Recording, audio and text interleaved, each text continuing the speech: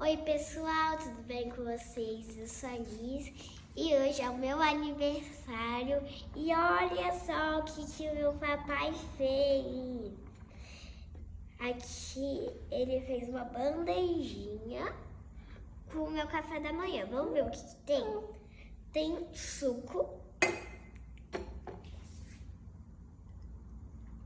que tá muito bom.